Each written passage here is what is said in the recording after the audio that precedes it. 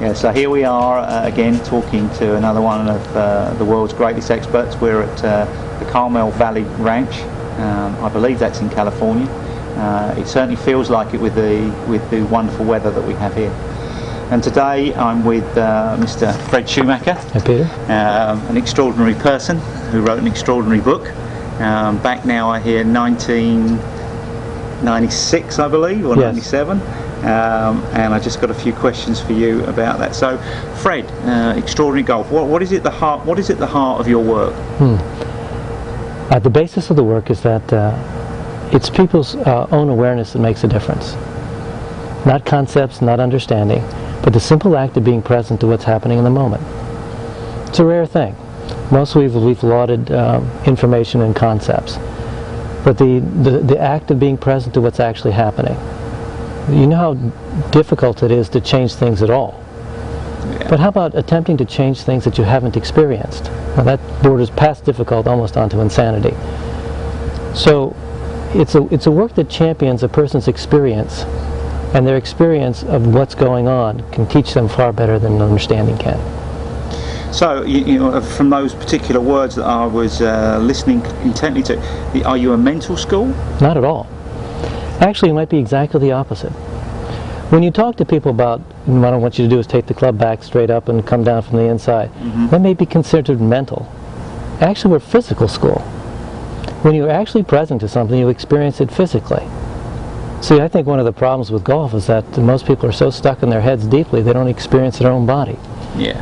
So how can you allow people to get out of their heads, into their own body, experience things so they can coach themselves later? See, it's all ultimately self-coaching.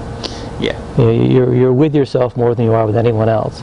And the measure of any program success is the day after, is how well people can coach themselves when they leave.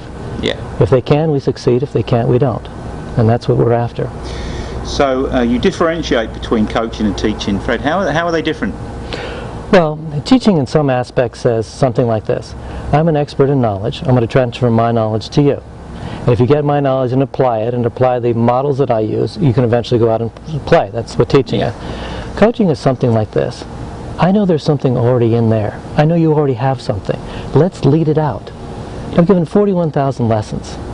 And no one has ever come and said, listen, I have everything I need. I'm whole. I'm complete.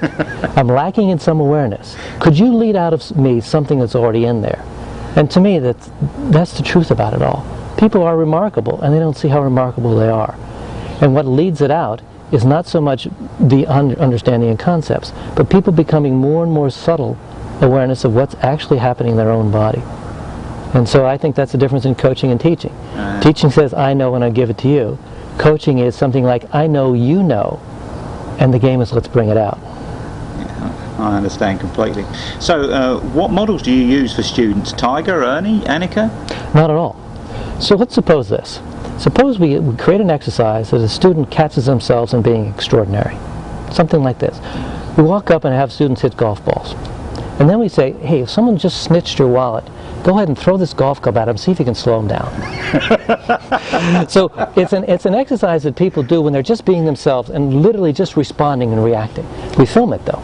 Yeah. Then after we film, we come back in a room and they take a look at their golf swing, and it's usually people's golf swings, the clubs going over the top and so forth.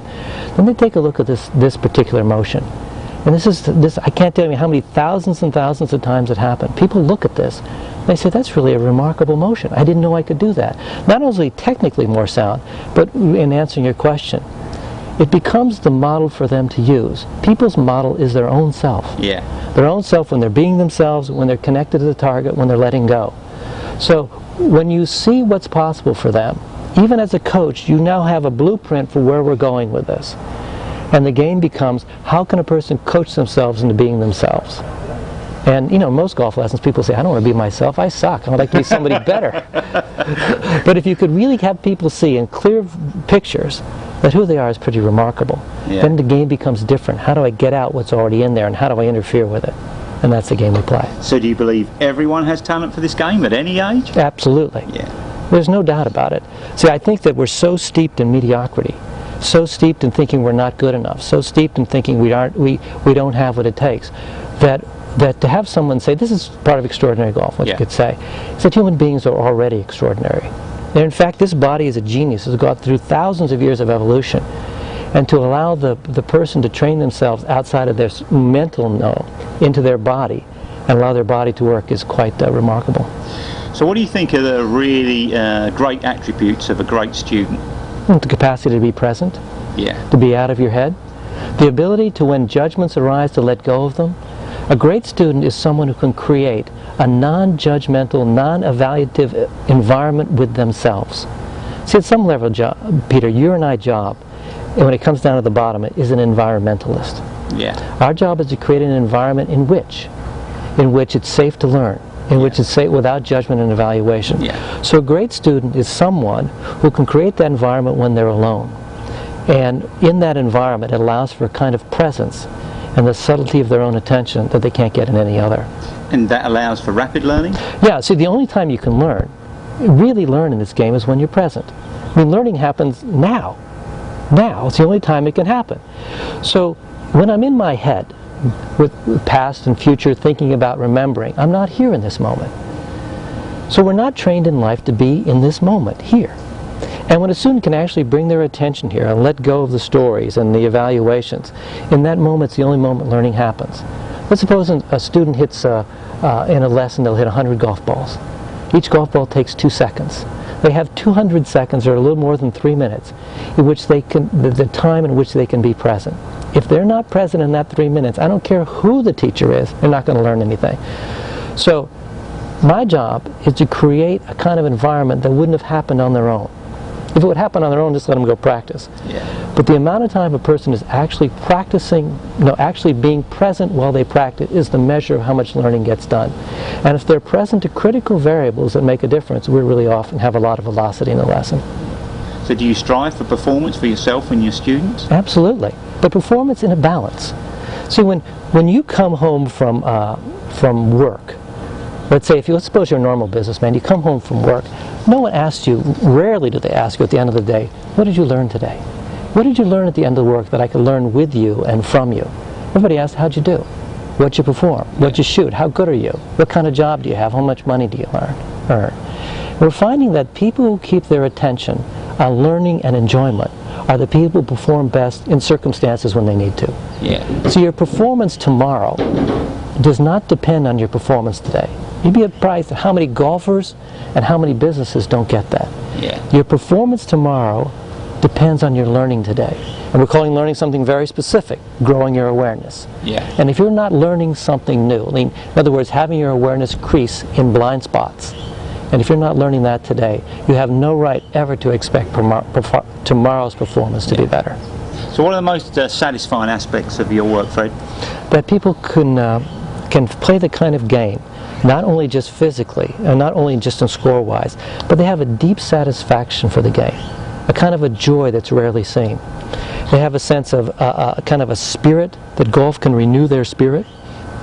And when they leave the golf course, interestingly enough, I'm sure you've heard this many times, the purpose of golf may not be just to be good at it. Because, Peter, you being good at golf isn't going to do you much good. No. But if you could leave the golf course learning how to concentrate, trust yourself, learning how to learn, learning how to overcome obstacles. If you leave the gates of this golf course, and you're a better citizen because of it, you have better relationships, you listen more and get out of your head.